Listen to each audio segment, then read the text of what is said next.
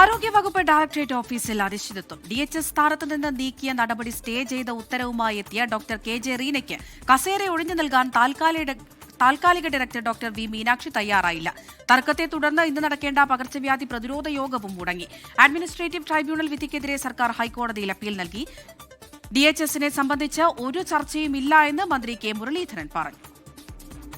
സ്ഥലം മാറ്റം സംബന്ധിച്ച് സർക്കാർ പുറത്തിറക്കിയ ഉത്തരവ് തൃപ്തികരമല്ലെന്ന് കാട്ടിയാണ് Kerala administrative tribunal doctor KJ റീനയ്ക്കെതിരായ നടപടി സ്റ്റേ ചെയ്തത്.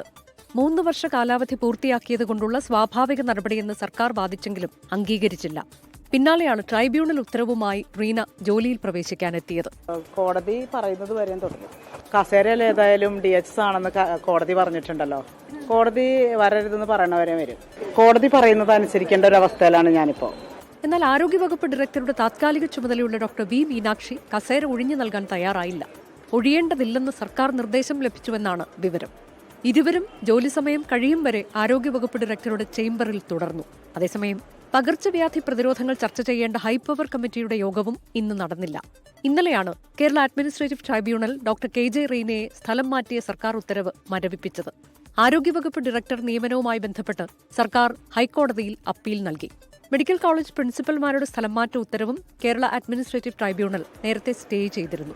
24 തിരുവനന്തപുരം.